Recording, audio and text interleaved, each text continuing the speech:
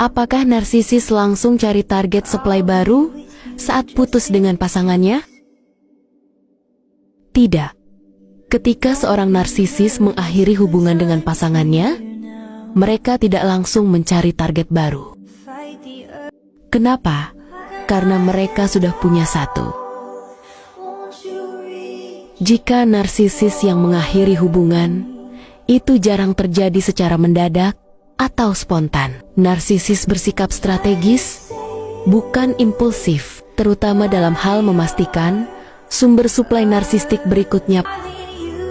Perhatian, kekaguman, dan kendali yang mereka butuhkan untuk mempertahankan rasa diri mereka yang rapuh.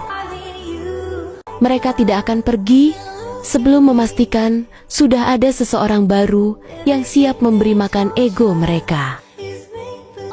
Ini adalah kenyataan pahit yang baru disadari banyak orang setelah semuanya terjadi. Saat seorang narsisis mengakhiri hubungan denganmu, kemungkinan besar mereka sudah diam-diam membina orang lain di belakang layar selama berminggu-minggu, berbulan-bulan. Mereka tidak memandang hubungan seperti orang sehat secara emosional. Bagi mereka, manusia bukanlah pasangan melainkan sumber daya. Objek yang berguna untuk memvalidasi, mengagumi, melayani, dan mencerminkan citra diri mereka yang dibesar-besarkan. Jadi ketika kamu mulai kehilangan kegunaan di mata mereka, atau mulai melihat di balik topeng mereka, mereka pun mulai melepaskan diri secara emosional, bukan untuk berduka, merenung, atau sembuh, tetapi untuk mempersiapkan sumber suplai berikutnya. Inilah alasan mengapa narsisis sering terlihat seperti bisa move on dengan sangat cepat. Itu bukan karena mereka sudah sembuh atau jatuh cinta, melainkan karena mereka sudah merencanakan pengganti sebelumnya. Secara emosional, mereka sudah lama tidak hadir sebelum hubungan resmi berakhir. Mereka membuangmu dengan dingin, seringkali tanpa penutupan atau empati, lalu langsung melompat ke hubungan baru, bahkan kerap memamerkan pasangan baru mereka untuk memicu kecemburuan atau kebingungan, memberi mereka rasa kendali bahkan setelah putus. Ini bukan soal cinta, ini soal suplai, validasi yang terus-menerus, kekaguman, perhatian apapun yang bisa membantu mereka mempertahankan citra diri mereka yang agung.